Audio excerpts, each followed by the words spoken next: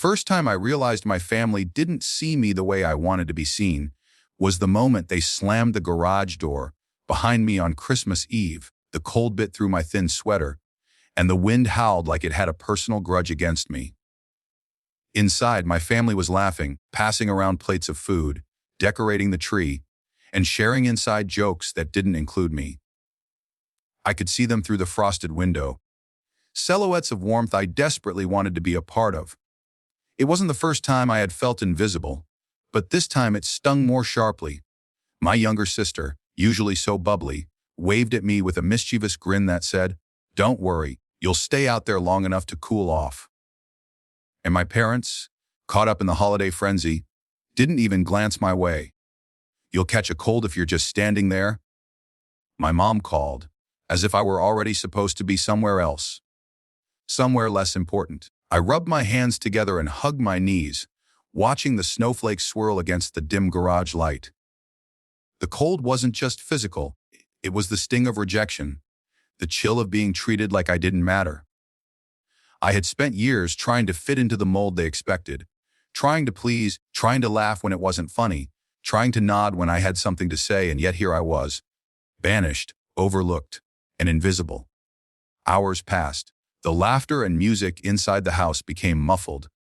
Distant echoes of the family I wanted to love me, but clearly didn't. I stared at the old cardboard boxes, the dusty tools, and the forgotten decorations, thinking about how unfair life felt. And yet there was a spark.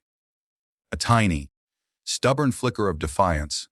They could treat me like I was nothing, but they would learn soon enough that I was everything they had underestimated. I pulled out my phone and began checking my messages. Work had been busy. Actually, more than busy. I had quietly been building something behind the scenes, something my family didn't know about. They thought I was struggling in my career, thought I was barely scraping by, and thought I didn't have ambitions worth noting. Little did they know, I had been quietly building a business from scratch, a business that had taken years of sleepless nights, endless sacrifices, and meticulous planning. A business that was about to become my ticket to freedom, and maybe a little redemption. The first knock came a few hours later. "Are you okay out there?" My sister's voice called from inside. Normally, I might have waved them off, let the silence linger. But tonight I wanted to know exactly who I was. "I'm fine," I shouted back, my teeth chattering slightly. "But guess what? You're about to find out I'm not the person you think I am." Curiosity must have worked faster than judgment, because by the time I opened the garage door an hour later, my family was clustered around me with a mix of confusion, fear, and a strange sense of awe. I led them to the corner of the garage where I kept the paperwork and certificates, the glowing laptop screen, revealing something none of them had ever expected. "This," I said, gesturing broadly, "is my company. I started it 3 years ago. I've been running it while keeping my job at the cafe to pay the bills. This is real and profitable. Very profitable." The shock was palpable. My father's jaw dropped, my mother's hand flew to her mouth, my sister blinked repeatedly, as though trying to erase her memory of the teasing she had thrown at me. You own this?" my dad asked, voice cracking slightly. "All this time you've been building this?" I nodded. "Yes, and while I appreciate that you think of me as your kid who doesn't contribute, I've actually been creating something that could change all of our lives." The weeks that followed were a whirlwind of apologies, awkward conversations, and attempts at understanding. My family learned, slowly, that the person they had underestimated was the same person who could inspire change, create opportunities, and make dreams tangible. But the true lesson wasn't in the money or the business success. It was in respect, empathy, and seeing people for who they truly are rather than who you expect them to be. That Christmas Eve had started with rejection and cold.